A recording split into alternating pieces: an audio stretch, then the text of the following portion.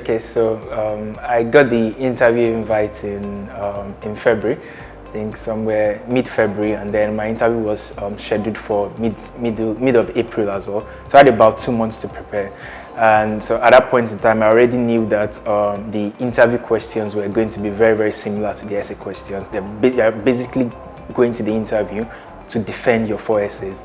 So I knew I had to go back to do research on those 4 topics, read my essays all over again. So I started doing all that, and I prepared a Google sheet luckily for us, we had a team of current scholars at the time that were supporting us. So we had about 50 possible questions, and then I had 2 Google sheets preparing answers for them.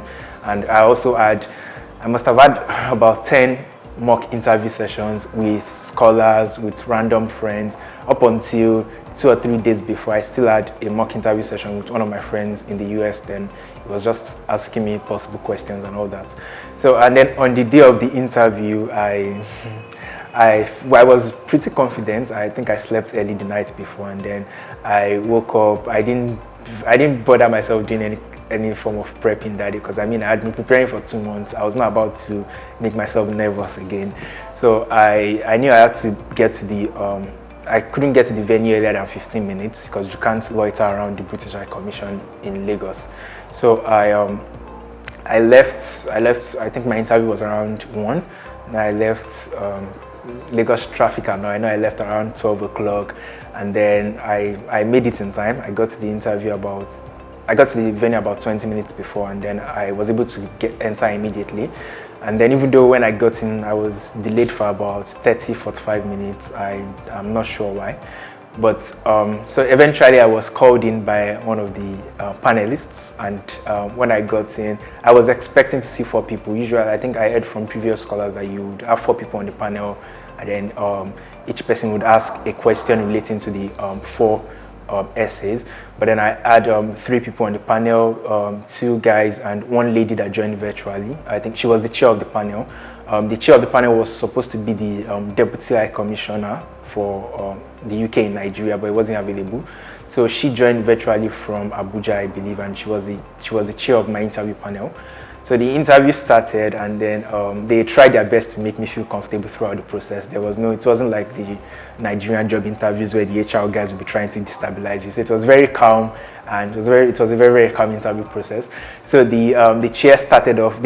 She introduced herself. They all introduced themselves, and then I was asked to. So the first question was really for me to introduce myself, and I had prepared for that several times over. So I just I introduced myself, talked about yeah. Like, what do you say? You just say my name is this thing and that's the end. Okay, so regarding the introduction, I had a lot of people give me different suggestions. Some people will say don't start with your name. Some people will say don't spend too long. But a major advice I got from someone was you can look at the way they introduce themselves. So I looked at the way the guys on the panel actually introduced themselves, and they talked about what they are doing. They talked about how they are related to the British, to the UK and all. So I did the same thing. I said my name. They said their name. So it's not like people will say when I introduce yourself, don't mention your name. But my name is Iretioluwa, Oladunjoye, and I can't really remember clearly now, but I talked about I studied mechanical engineering in my undergraduate program, and I've been working in the oil and energy sector. I talked about how I then talked about how I'm interested. It's because of that my experience in that sector that I realized that I want to study renewable energy engineering, because that's the future of energy and power in Nigeria, and that's why I'm here today to apply.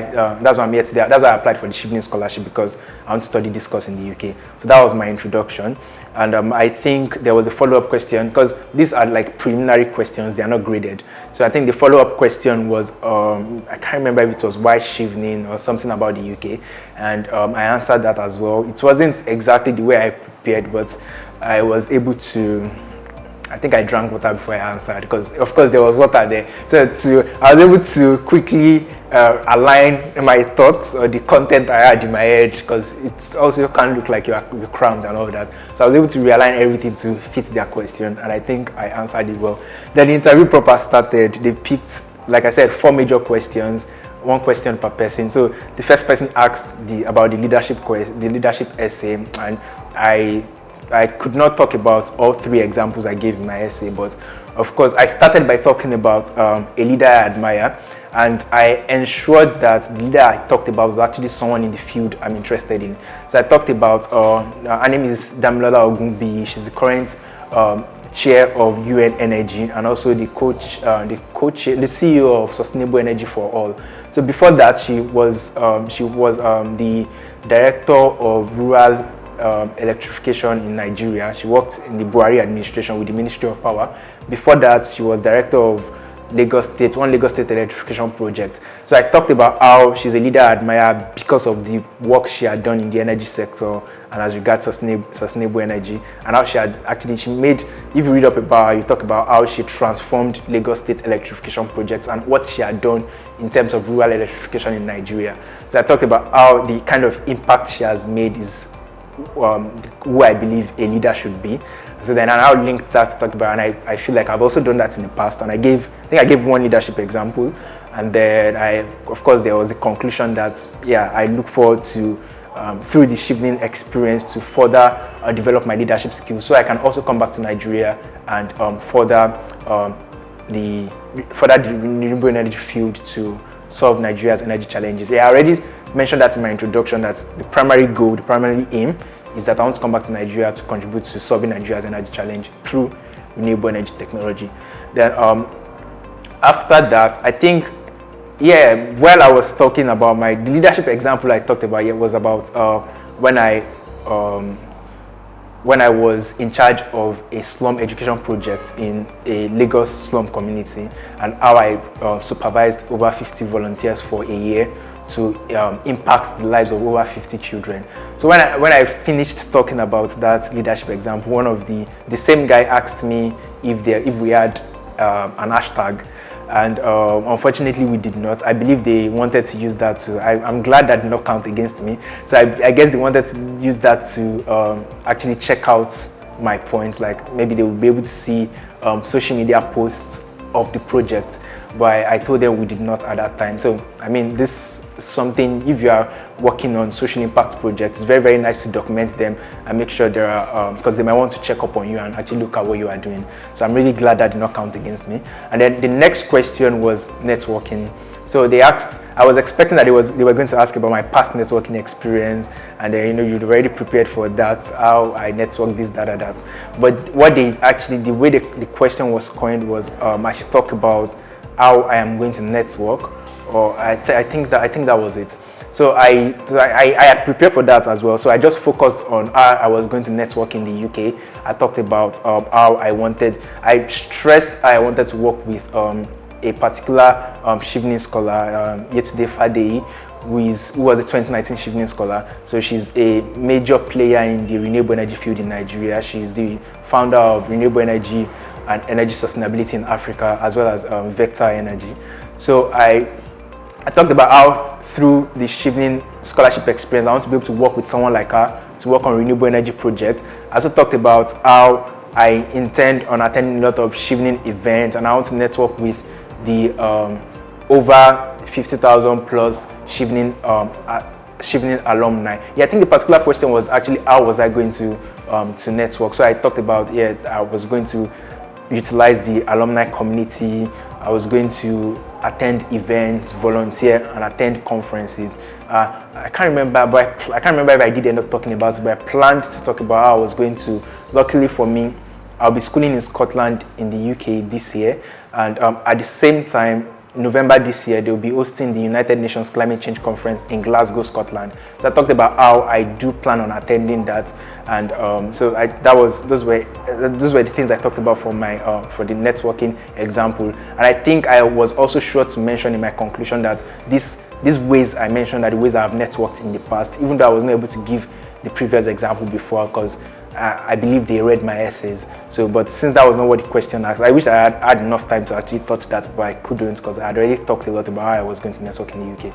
And then the third question was, it was also about my study plans, but they didn't say why do you want to study in the UK. The question was coined, I think, it sounded like what do you think you're going to learn in the UK during your master's program. So I went through my 3 university choices and talked about why I picked that particular course. I think I touched on why I picked. I took my time to establish why I actually picked the UK in the first place. That I picked the UK because the UK is a major player in the renewable energy field, and they are one of the signatories to the Paris Climate Accord. So therefore, a lot of investments. I mentioned the figure. I can't remember now. In the last 10 years, I think billions of pounds have been invested by the UK government in renewable energy research. So I talked about how this is a major reason why the UK is a major destination for students like me who are interested in studying renewable energy engineering. So I established that fact before I went to introduce why I picked the specific courses I picked at the specific universities and what I intended to learn at those universities, because that was what the question they actually asked. So I talked about how the relevant course modules, the networks I intend to achieve, and then the people the lecturers I plan to work with.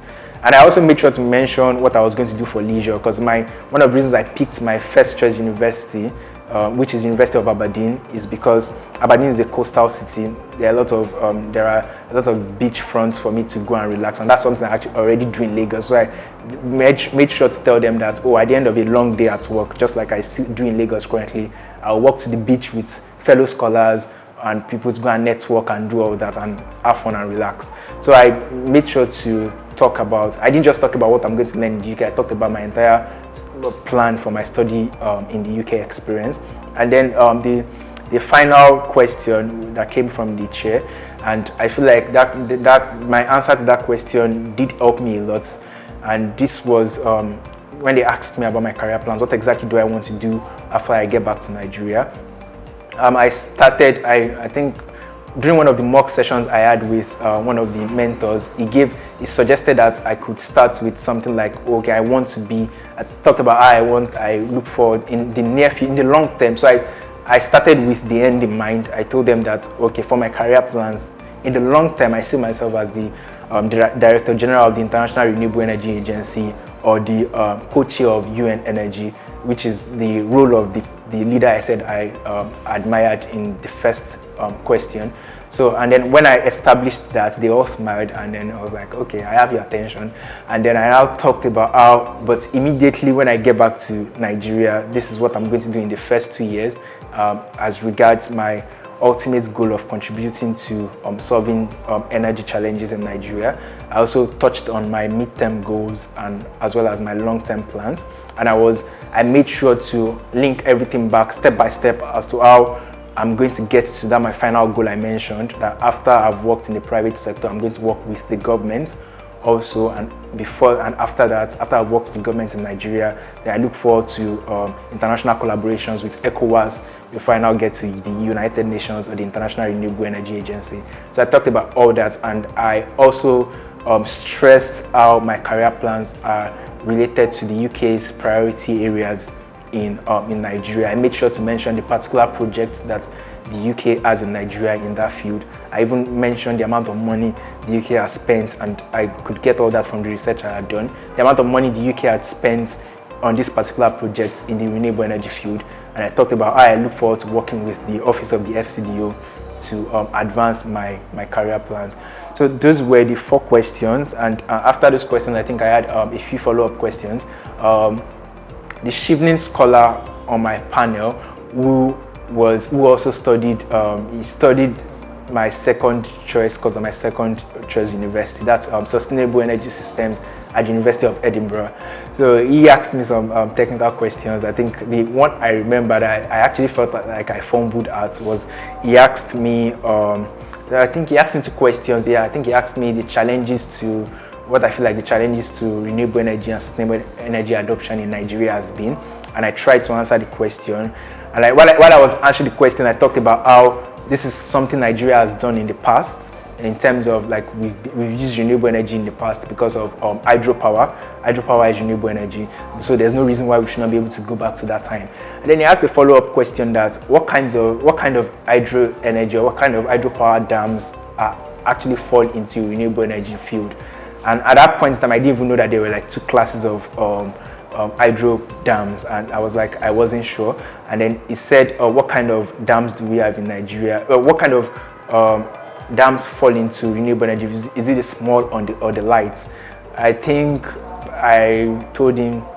It's funny, I can't remember again now. Okay, the point is, at that point in time, I gave him the wrong answer, and then he went ahead to correct me and told me that the kind of hydropower plants that we actually have in Nigeria do not fall under renewable energy engineering, because the carbon footprint that goes into their construction offsets whatever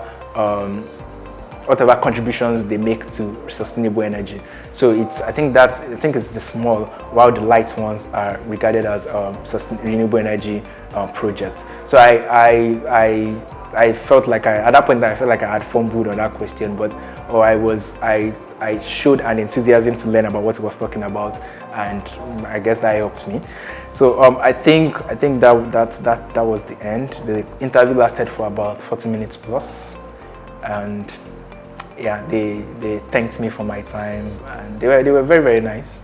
Okay, so at the end of the interview, I was asked if I had any questions, and I asked 2 questions if I remember clearly. The first was regarding, I said, at that point I wasn't sure if there was a Chevening scholar on the panel. I expected that there was going to be a member of the Chevening alumni community on the panel, but when he introduced himself, he didn't mention that. So I was like, oh, okay, I thought there was going to be a Chevening member of a Chevening alumnus on this panel, and I wanted to find out if there was anything the Chevening alumni community, if there was anything they do in terms of reintegration support for scholars when they get back to Nigeria. So do you provide support in terms of looking for jobs and other things like that? That was my first question. I can't remember what my second question was right now. And then the man was now like, oh, he's actually a Chevening alumnus. I was like, oh, sorry about that. And then he went ahead to answer the question as to what they do in terms of supporting scholars before they go and after they come back. Thank you. Okay, was there any question they asked you that threw you off balance and you were making those kind of things? No, not really. Maybe just that question, the question about the follow-up question, the Chevening scholar, even though I didn't know at that point that I was a scholar and I didn't know it was in my field. The question he asked me regarding the challenges to sustainable energy in Nigeria, and also the question on what kind of hydropower dams we had in Nigeria, which was actually a follow-up to something I said I was actually wrong. So that threw me off, because I said something wrong confidently, and then he asked me a follow-up question on it, and I answered. Of course, I answered to the best of my knowledge, and then he corrected me. He was nice enough to correct me, and I was nice, and I showed that I was enthusiastic to take the correction. So, and yeah, it was just that. But I think, and the most exciting one was after I was done. The highlight of the interview was after I was done answering my career plan question, and I could see clearly that the chair, who is probably the most important person in the room, was very, very impressed, and she liked how I broke down my entire career plan. And then I was glad that the time I took to actually break that down did not waste, because I think I took a lot of time answering that particular question. So that was it really. When you realized that, or when you answered the question, did you give any reaction? No, not at all, not at all. One, I'm sure the other 2 did not know. It was just him, and then it was like, no, it was just like, oh no, actually because I think he asked me if, I think the question was what kind of renewable energy power plants did we have in Nigeria, or do we have in Nigeria? And I said I do not know. And then okay, because I had previously said in the answer to my question that we used to have renewable energy in Nigeria because I knew hydropower is renewable energy, and for a very long time Nigeria's primary source of power was the Kanji Dam, which is hydropower. So I said that, and then I was only asking the follow-up question that what kind of hydropower plants do we actually have in Nigeria? And I said I did not know, because I wasn't sure, because I didn't know at that point in time that we had light and small hydropower plants. It now went on to tell me that we actually do have the small like I said, I can't remember if it's small or light right now again, but it now said the kind of hydropower plants we have in Nigeria, and it corrected me that that type is not the type that is considered as sustainable or renewable energy because of the carbon footprint that goes into the construction and all that. And I was like, oh, okay, that's very, very nice to know. I think I said something like I would do more research on that, and thank you very much for that information. So